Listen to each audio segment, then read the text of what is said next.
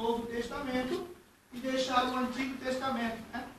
Com medo de pregar aquilo que está no Antigo Testamento. Mas isso não procede da verdade. E quem faz isso está compactuando com uma mentira, né? Porque o Antigo Testamento, a gente lendo o Antigo Testamento, ele é a sombra, né? E o Novo é a revelação. Então, não tem nada de errado no Antigo Testamento, pelo menos cremos assim, né? Eu creio pelo menos assim, né? E o Novo, ele vai dar a interpretação correta daquele Antigo Testamento.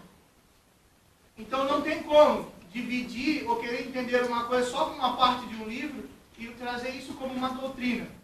O que Marcião defendia. Como temos pouco tempo, depois pode falar mais sobre ele. O maniqueísmo, que era aquilo que tem Deus em todos os lugares, né? Na árvore, em todos os lugares é um Deus. Então sair aí por aí abraçando árvore. Alguém já viu isso no jornal nesses últimos dias?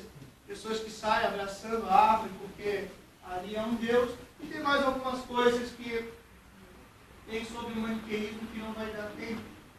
A literatura apologética sobre essa seita gnóstica, esse movimento do gnosticismo, né? Por que a gente por que foi trazido esse papel? Trouxemos essa seita aqui, porque ela é muito e é constante dentro das igrejas e dentro do mundo secular também. Então, as cartas paulinas, Coríntios e Colossenses. Ali em Coríntios é fácil a gente analisar e ver que o povo só dava ênfase ao miraculoso e largou a palavra. O Evangelho de João, né? João não era muito amigo dos gnósticos, tanto que ele escreveu o Evangelho de João, primeira, segunda, terceira, e lá em Apocalipse ele dá o tapa final ainda neles, nessa doutrina gnóstica, né? As cartas de João, Apocalipse, e os pais da igreja que escreveram, defenderam, né? Contra todos isso, Policarpo, Irineu, Tertuliano, Agostinho e Orígenes. Orígenes que no finalzinho ali já estava, Tertuliano já estava começando a dar uma derrapada, né? Porque essa doutrina ela é muito difícil de ser compreendida. Porque eles acreditavam que todo o conhecimento de Deus vinha somente pelos sentidos, né? E por revelações, por sonhos. Isso anulando totalmente a palavra, o que estava escrito. Não que não possa ter um conhecimento de Deus, não que tu não possa sentir alguma coisa, mas isso tudo tem hoje um parâmetro, que é a palavra de Deus. Então, em momento nenhum, ele confronta, né? Nós confrontamos o cristianismo de forma nenhuma, nem sobre as experiências. É que a experiência não é maior do que a palavra. Aí isso aí nós vamos confrontar até o final. E agora a parte que você estava esperando, o fim. Ali todas as referências, né? Que foi usado. E estamos abertos a perguntas. Perguntas podem começar. E na relação entre bem e mal, na visão de vocês, se o bem é incomparavelmente maior, por que o mal foi prevalecido na sociedade, nos países, nas nações, nas famílias? A concepção de bem e mal, ela começa a surgir na época de Zoroastro.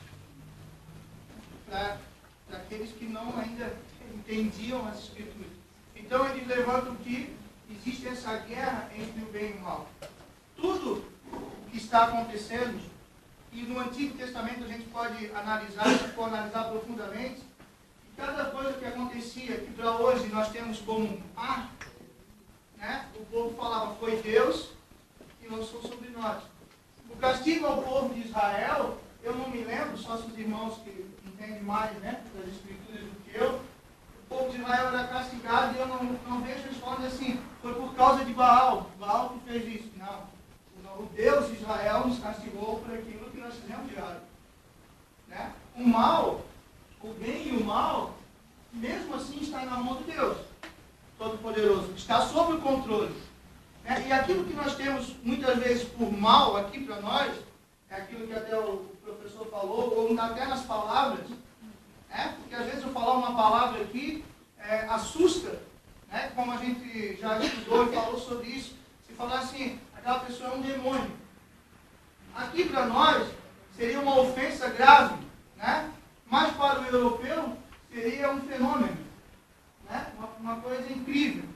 Então nem todas as palavras que são usadas e que tem como mal, porque tudo aquilo que foi feito por Deus para o povo de Israel até na caminhada, nos meus olhos, aqui parece mal.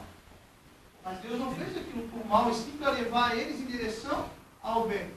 Então o bem e o mal estão no controle de Deus. E o porquê o mal impera aqui? Porque não, o mal está na condenação do pecado. O pecado do homem. O próprio homem é mau. Aí vai uma discussão muito grande, naquele que acredita que o homem é mau ou que o homem é um ser bom, bonzinho. A minha Bíblia, pelo menos, ela diz que o homem é inimigo de Deus. O pecado original corrompeu o homem por completo. Então o homem não precisa nem de muito apoio para fazer maldade. Diz o apóstolo Paulo que o bem que eu quero fazer eu não consigo e o mal eu faço todos os dias. A primeira carta de Timóteo 6:20, ele fala assim, ó Timóteo, guarda o depósito que foi confiado, tendo horror aos clamores vãos e profanos e às oposições da falsamente chamada ciência. Paulo já se preocupava com esse crescimento, esse movimento que era forte. Principalmente porque a natureza humana ela tem uma chama pelo espiritual, pelo culto. E isso, até mesmo com o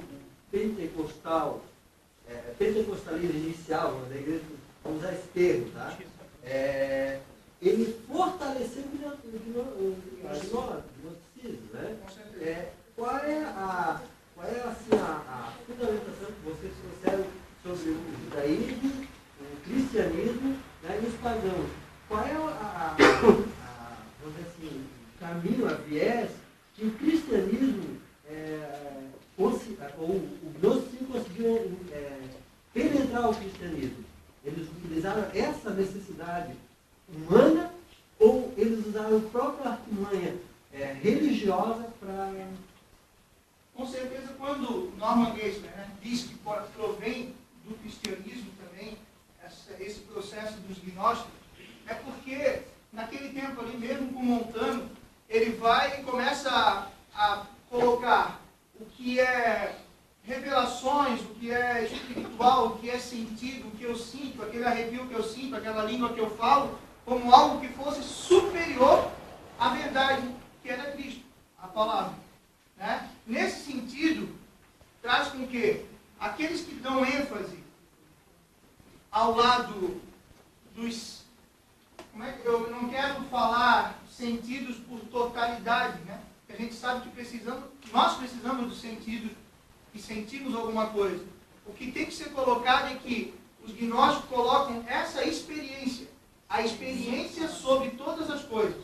Não há como conhecer, se não houver uma experiência. Então aquele que não ouve, não tem essa experiência, ele não conhece Deus. Aquele que não reproduz nenhum efeito dessa divindade, ele não conhece a Deus. E o que a Bíblia nos mostra completamente o contrário. Ela não mostra, não diz isso. Que uma pessoa que não manifesta os dons, por uma pessoa que não faz milagres, não significa que ela não é cristã, que ela não tem Deus.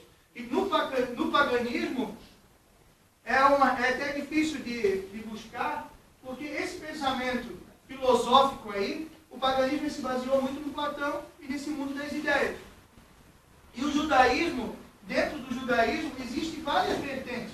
E uma das vertentes do judaísmo, a gente conhece a Cabala, que é uma vertente mística também, mas que algumas vezes é usada para comprovar coisas que não cabem, na verdade, ao povo cristão.